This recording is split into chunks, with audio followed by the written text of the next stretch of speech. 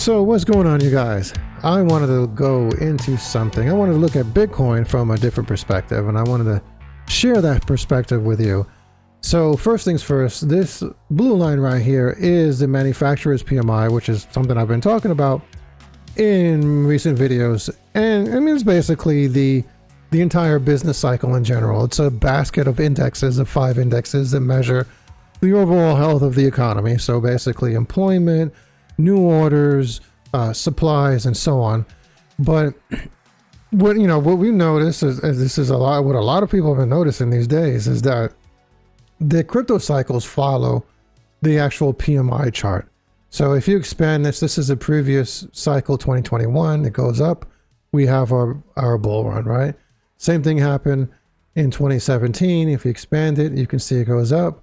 We have our bull. If you keep on expanding it, you'll find the same thing for 2013 and even Bitcoin's first top, this rally back in 2011, if you just keep on expanding it. But there's an anomaly that I pointed out that, so if you zoom in to this cycle, right, the first things first is that PMI has been completely flat for 4 years. We have been in our bear market, not the crypto bear market. I'm just saying we've been in our bear. The economy has been in its bear market. PMI has been trading flat, not trading, but its reading has been flat for the last 4 years, which is highly unusual.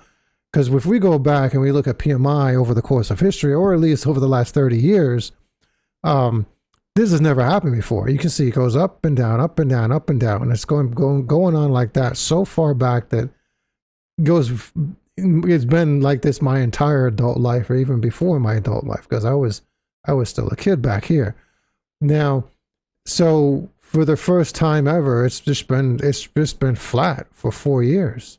So the question is, why is Bitcoin going a little, upward? It's like creeping upward, even though the PMI is flat, so it's not following this pattern over here. Now,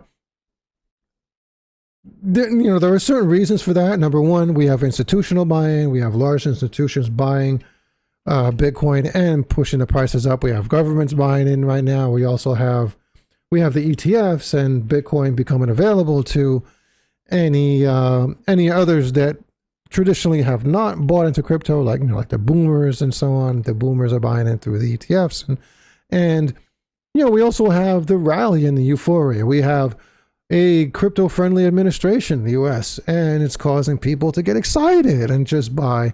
So it's pushing the prices up. So that's what's keeping it up, right? So the question is, what if we didn't have all of that I just listed, with PMI being flat for the last 4 years? Wouldn't Bitcoin be flat? Wouldn't we have just come down, right? Wouldn't we have come down and just stayed this way? Wouldn't we have stayed around 20, 30K? So I was like, let me look at Bitcoin from a completely different perspective. I was thinking about purchasing power, not USD, because we always compare it relative to USD. So what if we just go ahead and do this?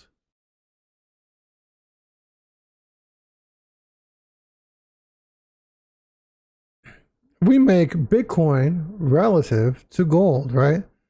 And well, let's bring back the PMI.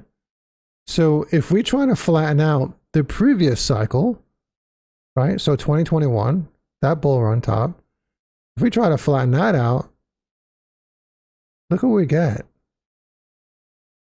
Look what we get. We get something that doesn't go up, right?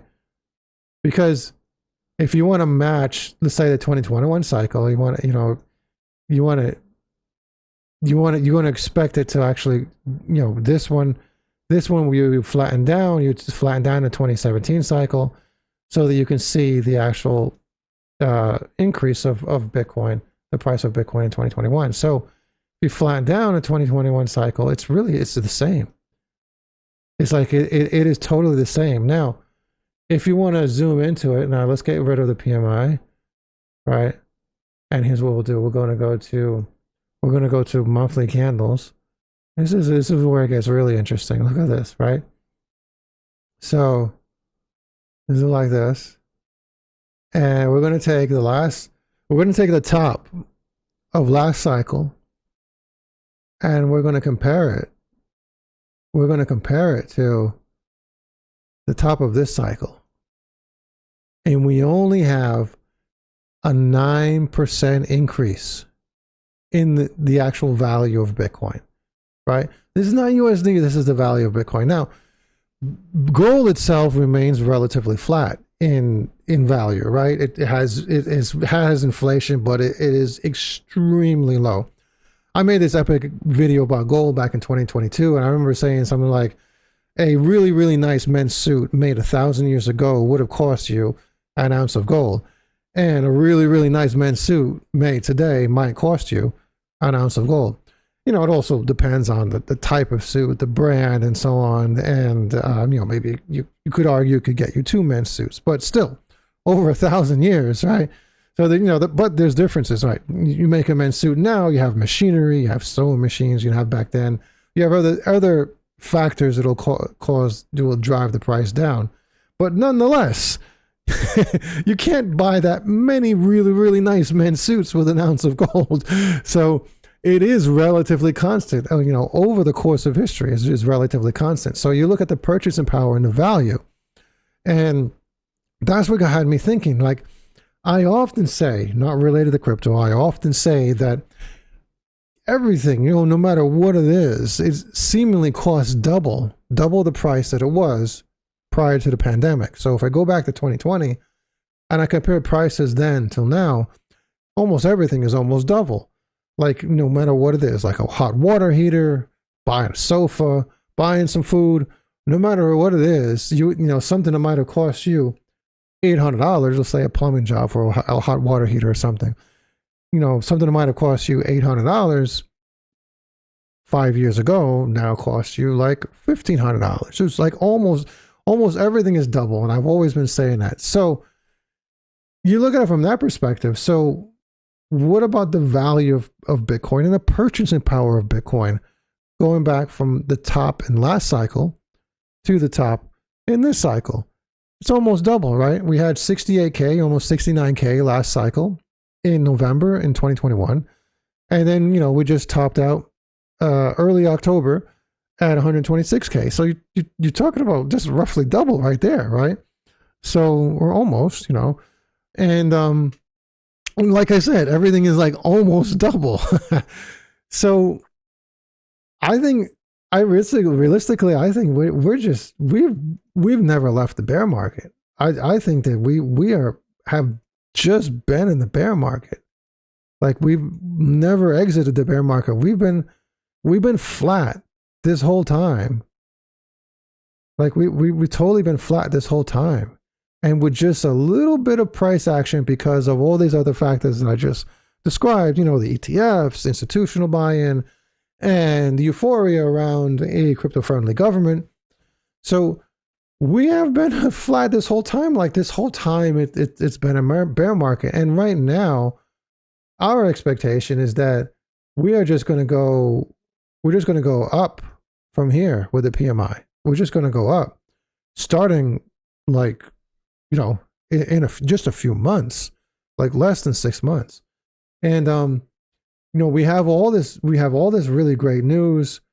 Oh yeah, this is one thing I wanted to point out.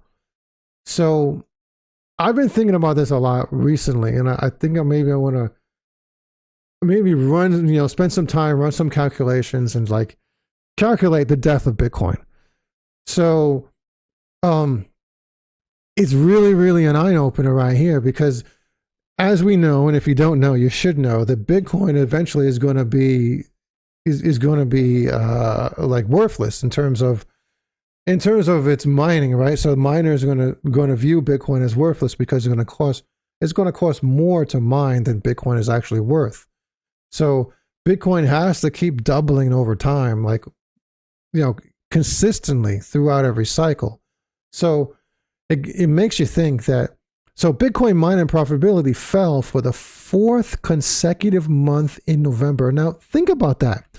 Bitcoin mining dropped. It was not, the profitability fell the fourth consecutive month. That means the profitability of mining Bitcoin was still falling in October when Bitcoin reached its all-time high, right? And September, when Bitcoin was going up to its all-time high, the profitability of Bitcoin was going down.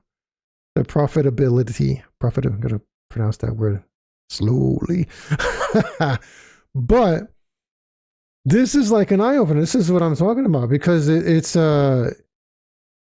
not really increasing in value. If we go back to the gold chart, and even though in USD, the price of Bitcoin may have seemed to have like almost doubled. You know, it's down now. Right now is down to like was it 92K? We're rallying right now, so things are good today alone. But even though, you know, in USD the price of Bitcoin has actually doubled, the profitability is still going down. So Bitcoin's price needs to increase. Bitcoin's value needs to increase, right? And I personally, I think the best way to compare Bitcoin's value is make it relative to gold, like what we see here. So, well, yeah, that's gonna be like a whole other video that I'm gonna do, because obviously the best possible thing to replace Bitcoin is Casper, right? The best possible, you know, there are other contenders, but still they pale in comparison to Casper. But like I said, that's a whole other video. Other than that, the main problem right now, what we're seeing now, this is relative to gold, right? So even though this chart right here is relative to gold, Bitcoin's value is going down, isn't it? So not only USD, but its actual purchasing power is going down, and it's plummeting, right? It's going way down. And that's because of these guys. These guys just don't stop selling. So we have like crazy amounts of bullish news just coming out. We have, so, you know, Strategy added 130 BTC for 12 million, taking his holdings to 650,000 Bitcoin. As a global list of companies bought a net 21 million in Bitcoin last week. So, you know, it's bullish. I mean, there are other things. Bank of America says its wealth management clients may put up to 4% in their portfolio in crypto. So, you know, this is all bullish right here. This is like some pretty damn good news. This is a good one of just today. Vanguard caves on crypto to retain clients as rivals win flow. As rivals win flows. Obviously, Vanguard's rivals are getting the inflows from their customers, and so they're caving to open up, you know, their 9.3 trillion platform to crypto ETFs. So Vanguard, yeah, this is like phenomenal right here. And it's just nothing but bullish. You know, look at this green heat map today. It's freaking awesome. So overall, yeah, let me switch over to the other view. Let me go over to let's go to, this is a weekly. This is the 50-week moving average, and let's just go for the hell of it back to USD, because that what is what we are used to, right? Measuring against USD, even though USD sucks, and that's why crypto was created. But that's another video on its own too. What I think was going to happen right now is that we might get, you know, we might get like the 50-week moving average, and then we're going to get something like, we might go up to test the 50-week moving average, and then, you know, go back down, and then we might go up, and then we might do like this, and we might not make a new all-time high. The new all-time high in Bitcoin might be like, you know, it might go up in like April, May, June. We might get a new all-time high. But I think we're going to have a really big struggle right now. So if not for these guys right here, these guys, the long-term holders, and pretty much everybody else, everybody who thinks that, that we are heading into a bear market for the next, you know, the next 12 months, they're selling and they're selling and they're selling like crazy right now. They're like absolutely selling like lunatics because they think we're going into a bear market, and they are. What they're doing is, you know, some of them are even selling at a loss because they think we're going into a bear market and we're going to dip down. But I mean, I think we're really not. We're probably going to, you know, maybe go a little bit lower. Now, based on the gold chart that I just showed you, I think that, yeah, let's say if we go back to, in terms of value, not in terms of USD, but let's say we go back to, yeah, it's hard to imagine we're going to go down in any further than where we are because we have so many bullish catalysts right now. We have everything I just showed you, plus we have, you know, an end of QT. Liquidity is being injected into the banks. It's, you know, it's happening slowly but surely. We're going to get our interest rate cut, which we're probably going to get. The market is already pricing it in now. If we don't get at that interest rate cut, we're going to go through correction because the market is currently pricing in that interest rate cut and expecting it. So if we don't get it, then yeah, we're going to go down. We're going to be plummeting. We're going to crash down, probably way below the previous all-time highs, you know, from last cycle, which is 68K. Probably go down even to 50K if we don't get that interest rate cut. But if we do, there's just too many bullish catalysts. We're going to probably test that 50-week moving average. And these guys right here who will keep selling and selling and selling, they're going to have to stop selling. I mean, there's no way around. They have to stop selling, and somebody slap these people. In the long run, I think what's going to happen is that they're pushing down prices for the rest of us who are sticking with it. All right. And so we can buy. Right, me and my group, you know, my community, we've been swing trading like crazy, taking advantage of those wild swings and those low prices. Like I've been like selling high and buying back in low, and then it's just increasing the size of my bags, you know, for like almost every single token that I got. So it's been absolutely amazing. But in the long run, they're gonna run out of steam, and they're gonna have to stop selling, and that's precisely when we're just going to go up. I mean, it's going to be like, you know, there's going to be a point where we're going to go like, phew. You know, it's just going to be like that. It's just going to be a point. We're going to break through that 50-week moving average eventually, and then hopefully a lot of them, once we trade, like we break through, not come back down, but if we break through and then trade sideways a little bit for at least 2 weeks, or maybe even 3 weeks, right? To convince everybody that we're now descending into a bear market. So we have like 2 or 3 weekly closes above the 50-week moving average. Then, you know, it's on. You know, we can rally again. Now, when is that going to happen? It could happen, you know, it could happen in just in a few weeks, or, you know, it could happen in maybe it might take 2 or 3 months. It's hard to say. I was hoping for a end of year rally, and we still could get it, but we'll see. These guys right here have to stop selling. Look at that. Jesus Christ. So, like I said, me and my community, we have been swing trading. You can click the link in the description below. I do have one of the most successful communities. You can get in. I got the VIP membership, which is a lower tier. I've opened it up for Black Friday, and I'm going to have it open for the next, the next 30 days or so. But our premium membership, a one-time purchase, is still extremely low. Going to remain that low as a Black Friday special, lasting throughout the remainder of the year. And like I said, there are so many metrics that prove that my group is like the most successful group out there. Look, 103 members. My YouTube channel count is lower than 2,000, so that ratio is absolutely phenomenal. When it comes to all the gains and stuff that we got, you can click the website below, cryptorich.vip, and then you go over here, and then you see everything that this is from last year. These are, the big one is 550x on MYX. Just a month ago, we did 130x on DHNEI, and we did all these, 94x here, 38x there, and so on. So these type of gains cannot be found in any other community. And we have our own swing trading software that helps us to swing trade, right? That's what I like to say.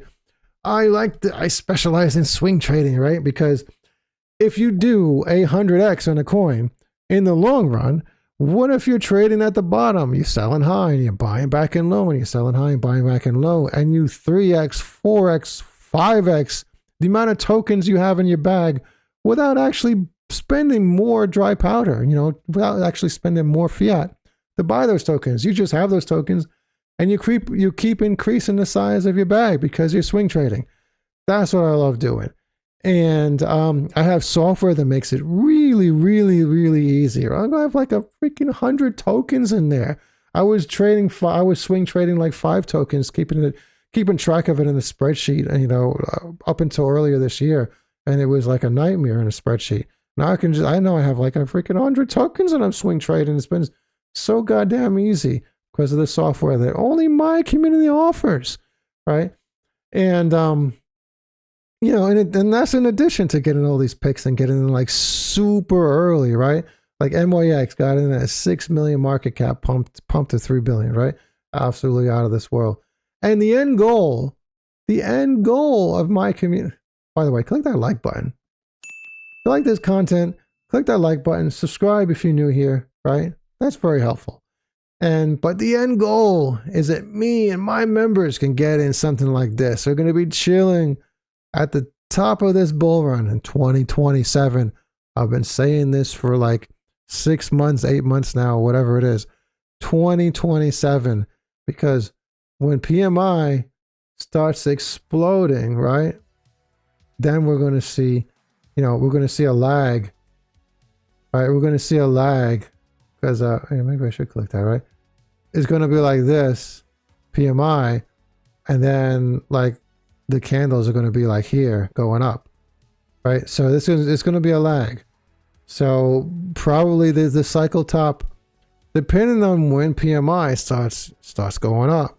Probably the cycle top is going to be in 2027. But that's the absolute goal of my community, to be on the most beautiful yacht ever. I'm looking at concept yachts, right? So click the link in the description below. Be a part of something that's going to make you crypto rich. The name of the community is called Crypto Rich because you're going to become really, really rich. Like, why wouldn't you become rich with plays like these, Like, how could you not become rich?